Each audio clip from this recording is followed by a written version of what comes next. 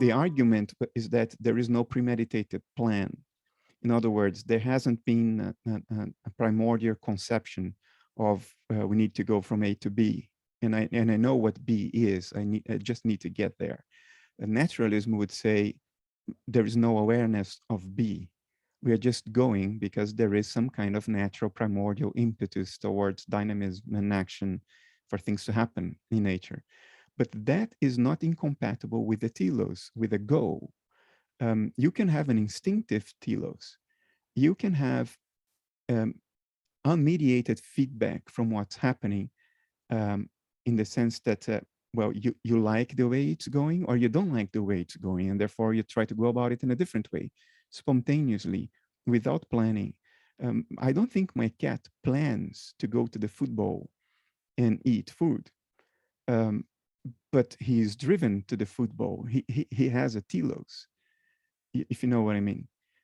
There is a direction, there is an attractor in the future, pulling us from the future. That's one way to see that. Another more accurate way to see that is to say it's pushing us from the present. It's pushing us forward, propelling us forward, because consciousness, by virtue of being whatever it is, it has whatever dispositions it has, and those dispositions entail a preferential direction for the course of things. And if by chance consciousness hits upon states that feel attractive, like a self-reflective state in the form of a human being, that through which consciousness suddenly realizes that, oh, there is a chance of getting a grip. There is a chance of getting out of what is otherwise a delirium, and putting things in perspective, because I got a taste of that. Let's do some more of that. That's not a plan. That's not premeditation. That's a spontaneous reaction to the current state of the world, to the current state of nature. So the absence of a premeditated self-reflection does not entail nihilism or the absence of meaning or the absence of telos. It only means that there isn't a primordial thought through plan about where to get and how to get there. That plan is not there, but the process it can still be steered in certain preferential directions because of the immediacy of existence in the form of experience.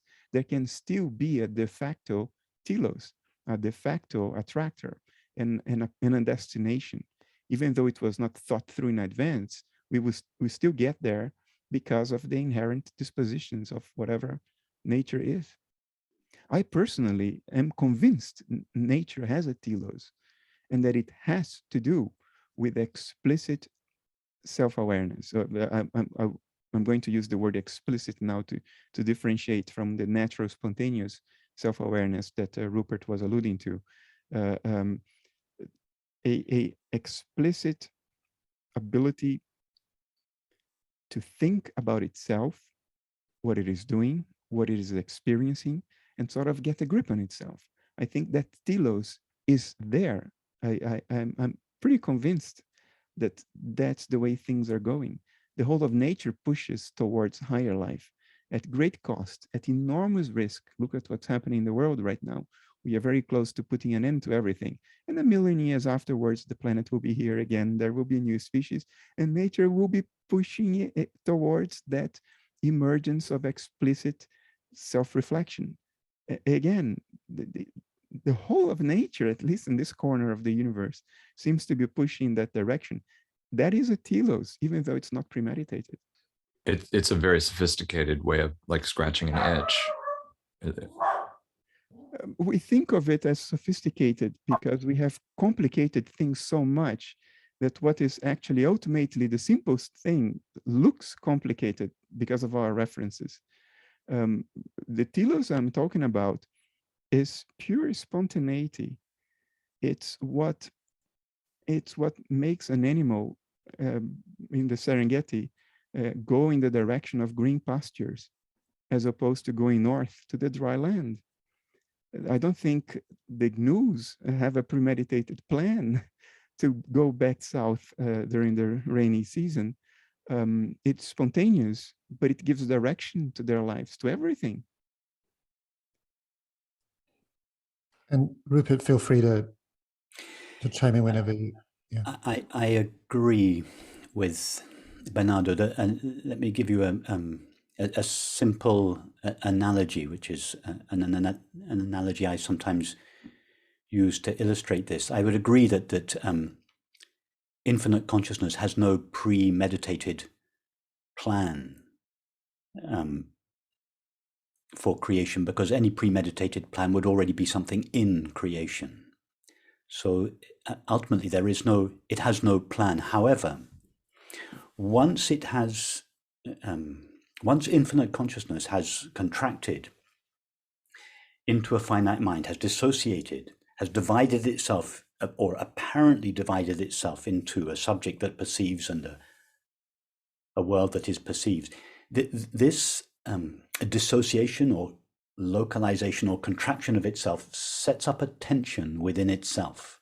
It's like the analogy that I was referring to. It's like a rubber ball. If you think of a rubber ball in its natural condition, it's in a condition of balance. If you compress a rubber ball, if the rubber ball is contracted, a tension is set up within it, and the tension is always trying to the compressed ball is always trying to revert to its natural condition. And the telos that I think we see in nature, the telos that we feel, the purpose that we all feel, every single one of us, in whatever we are striving towards, in whatever way we feel we are evolving, in the ultimate analysis, I think it is the impulse in us to revert to our natural state. It is the impulse of a finite mind to divest itself of its limitations and revert to its natural condition of infinite consciousness, which is a balanced condition. Hence, I sometimes say its nature is peace. So I would agree there's no ultimate plan from the purpose of infinite consciousness, but as soon as infinite consciousness has assumed some kind of a form, by definition, that this involves a contraction, and that contraction is always tending to return to its original condition. And every person's desire for happiness, every scientist's desire for understanding, every artist's desire for beauty, even when we look at what is taking place at the moment, the people who are perpetrating, initiating the current situation in Ukraine, ultimately, I would suggest their motive, if it was traced back far enough, we would trace it back to the same motive that drives every single person on the earth, the motive to divest their mind of its limitations and return to its natural condition, albeit in a very perverted way. But the ultimate impulse behind all our actions is this desire to be divested of our limitations and return to reality, to the natural condition. Can I ask you?